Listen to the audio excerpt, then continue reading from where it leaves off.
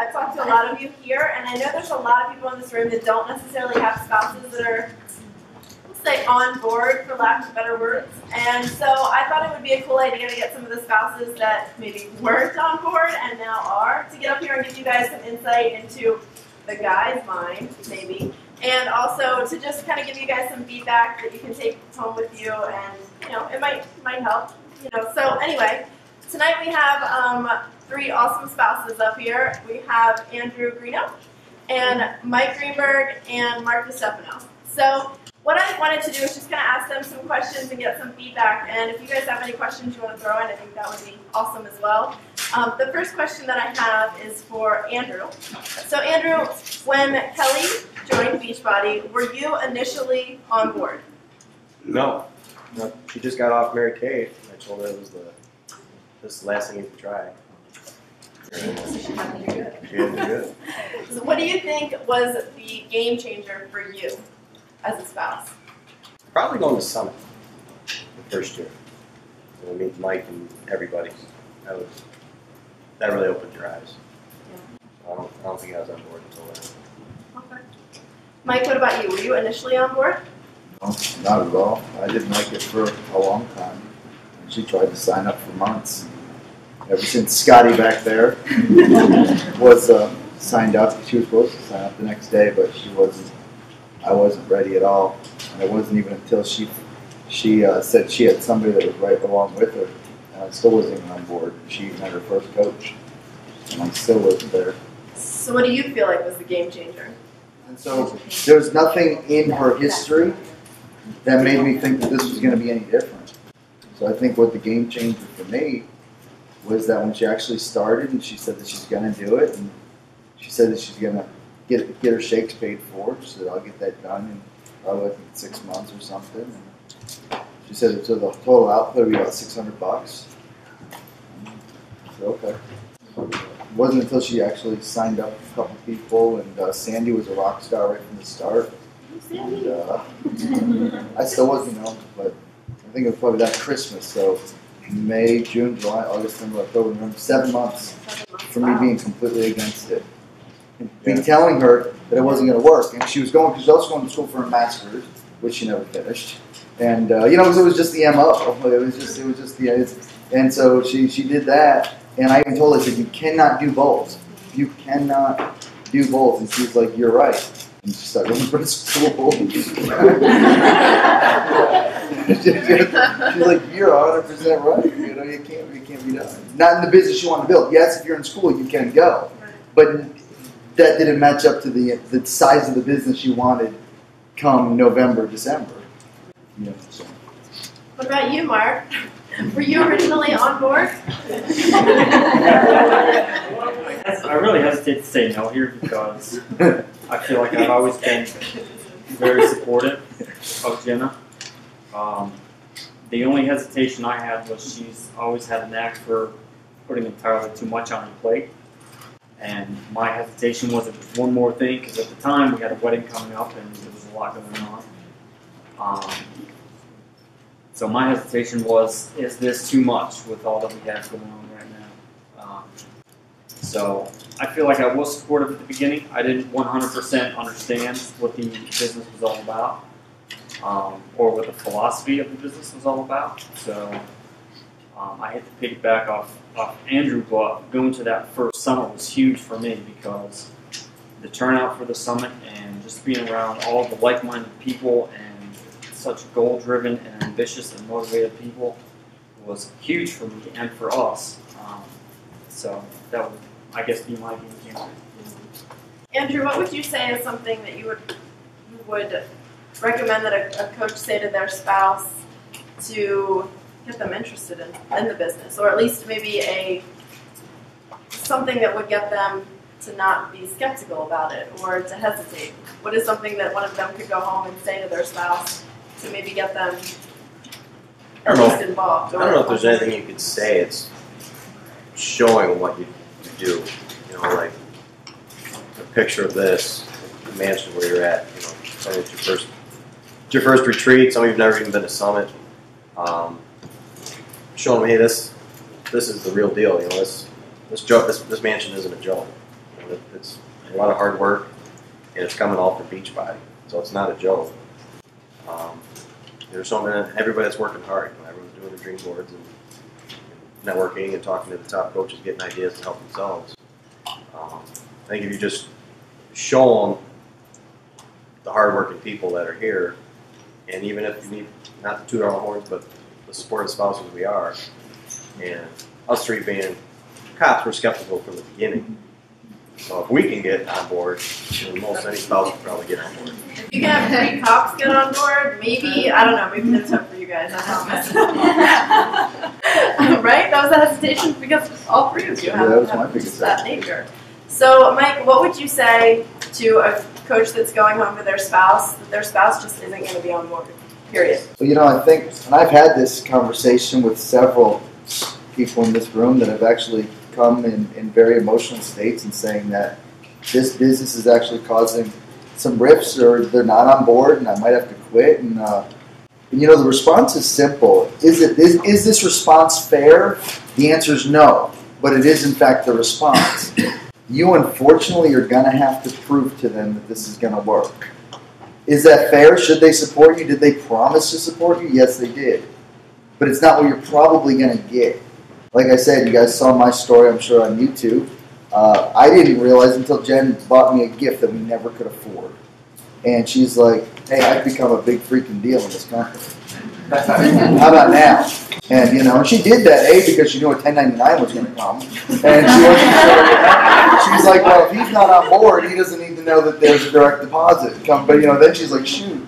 There's going to be and it wasn't much. It was maybe a couple grand. We were a slow starter. It was like $2,000 or something. It wasn't a lot of money. And she's like, I'm going to have to tell him that, we owe taxes on this money, and I didn't save any of it, So, and so then I was like, wow. And then we looked over it, and she showed me what she had done. She showed me the team, and there were several people that were already on board, and I was like, wow. And of course, from that point forward, I spent the rest of the time, and I will for the rest of this career, trying to make up for that lack of belief, and it was... So yeah, unfortunately, the bottom line is you're going to have to prove it to them. You're going to have to prove it to them. Just like you're going to have to prove to your family. I'll tell you that our family is the hardest people to get on board. And your spouse is nothing more than family. They're the ones I can reach people I've never met before. I think there's 4 people in this room, maybe less, that we knew before Beachbody. And it's a family that, there's no, besides my brother, who just got on board, months ago. We've been doing this for years. You know what I mean? And so you cannot be a prophet in your own land. So, but prove to them. That's the bottom line. Prove it to them that this can work, and it can. Yeah, Mark the question that I have for you, Mark, is, what do you? No, sorry. I like to keep you on your toes. So? I know for you it was frustrating with me always being on my phone. Always being on the computer, right? Because I see everyone go like this. And I used to look over at him and he would be like, are you ever going to put that thing down? So what do you feel like advice for a spouse would be in that situation? I mean, the timeline for success in this business varies person to person. And I think a good rule of thumb, so to speak, is that first 2 years, you really got to put your head down and work your ass off. And I mean, it's up to your spouse whether or not they want to be supportive. My philosophy differs a little bit in that I think a spouse's or family support is wonderful, but I don't think it's mandatory for you to be successful in this business. I think you can be very successful if you work hard and you follow your uplines and be there for your teammates.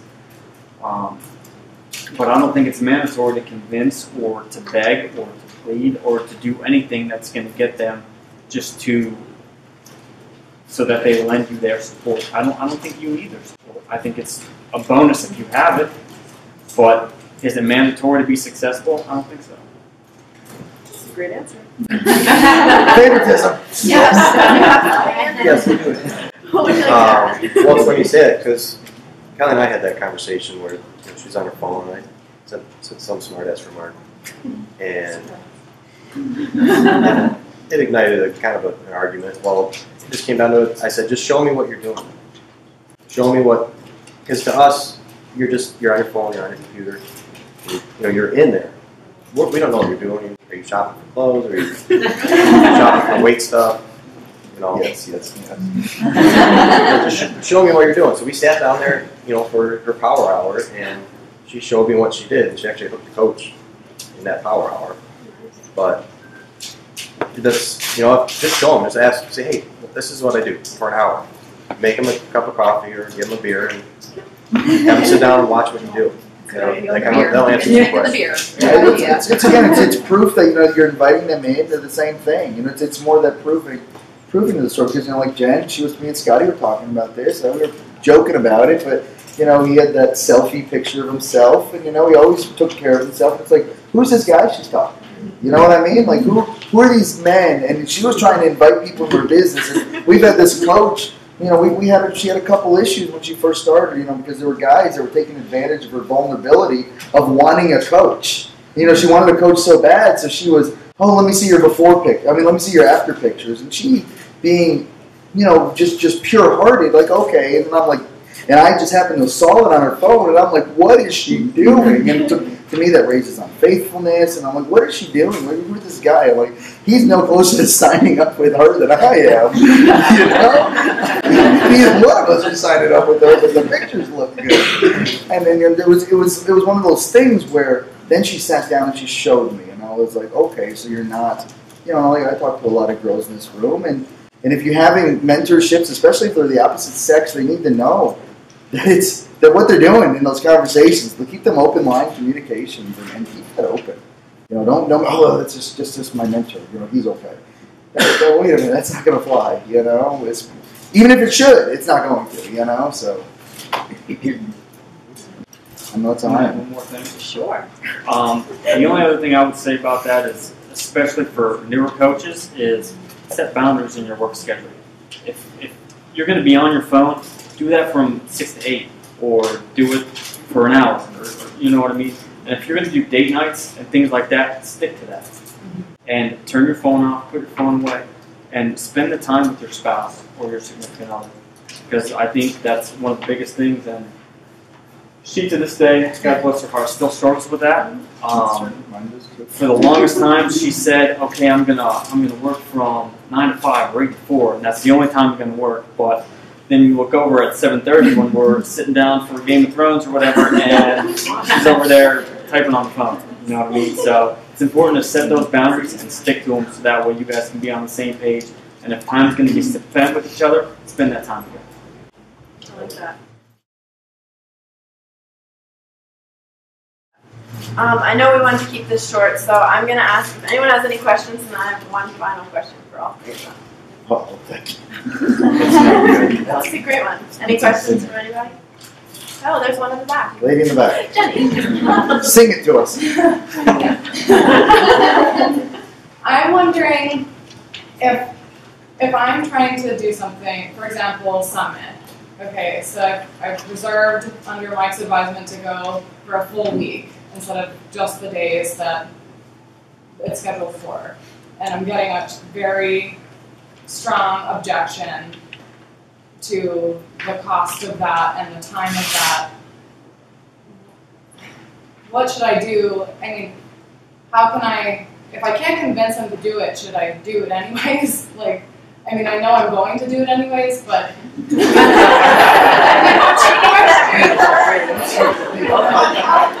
don't want to go.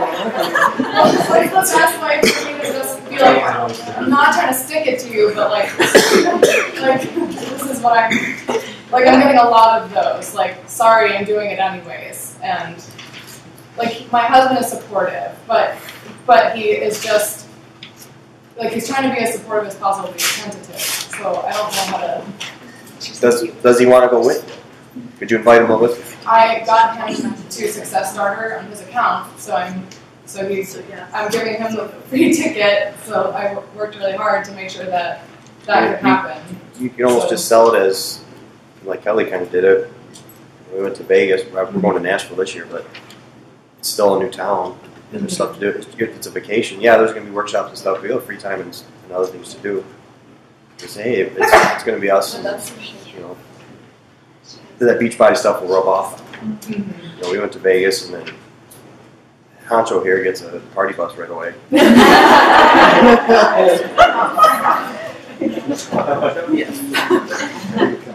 I like it personally, but that, I mean, just invite them. Just like you invite coaches, invite them along to go. Okay. I mean, it's true. Ghost didn't want to go. But yeah, the other thing is too, like you came in earlier, and like I was telling you, the majority of what's going to happen, the magic happens before and after. Like, you know, when people have their best aha moments, it's not going to really come from even during the workshops. That's great, that's practicum, but your moments are going to be away from. And like I told you specifically, before you get there, the majority of people that are going to be there from Monday, Tuesday, beginning of Wednesday, they're probably going to be, you know, either in the Millionaires Club or close to the Millionaires Club. If that's a goal of yours, and it doesn't have to be everyone's goal, but if that's your goal, I'd want to get around them, just like JP was saying. Well, Arnold is who I need to talk to, so I'm just going to glue myself until he tells me to leave. And so that's, you know, that's kind of one of the things too, and especially if he's got his ticket, you've got the room anyways. We're gonna make him feel welcome. We'll have that group open probably, I think usually the beginning of January, because we got to figure out what we're doing for our party. So, what's that? I think already. Oh yeah, there is a group. Yeah, so get him in there, get him involved. You know what I mean? Let's get him involved. That's what I'd say for the spouses that want to be involved. Let them get involved. That's what. He doesn't have to say anything. Just put him in there so he sees the conversation that's going on. Yeah. He doesn't have to say a word. Yeah, my opinion is I don't think it's your job to convince him or to try to trick him or do any of that. I think we're sticking to him. I think your job is simply to communicate to him that this is something that's going to benefit your business. And like I said, if he's on board, he's on board. But this is for you, for your business. And that's your job, just to communicate that to him. Okay. Any other questions? Yes, Caleb. Did your spouse ever say, "But this is important to me"? And how did that affect your response to them and their work in the business? Go ahead. Yeah, I mean, she's. What were you gonna say? It's great, but we're complimenting the question. Oh, good. Yeah, she said it was important, and you know, it's finally with her, not to dig too deep into the past, but she finally found like this is her calling, health and fitness, and you could just see it in her eye that this was different than like I said, she did Mary Kay, which just wasn't her. She's not prissy and anything like that. That was fake. Everything she did there was fake. This was all sincere, and you could see it. So, especially when she was like, "This is important. I want to do this." I said, "Okay." You know, if your spouse trusts you, and you're sincere with them, then they should jump right on it. You know, for me, when Jen told me, and she had brought it up a few times, but a lot of times I could just ignore it and it'll go away. But then she kept bringing it back up and just kept ignoring it. I remember when she finally signed up, I was actually waiting. Remember, I was waiting in the morning to go into court. I'd worked all night.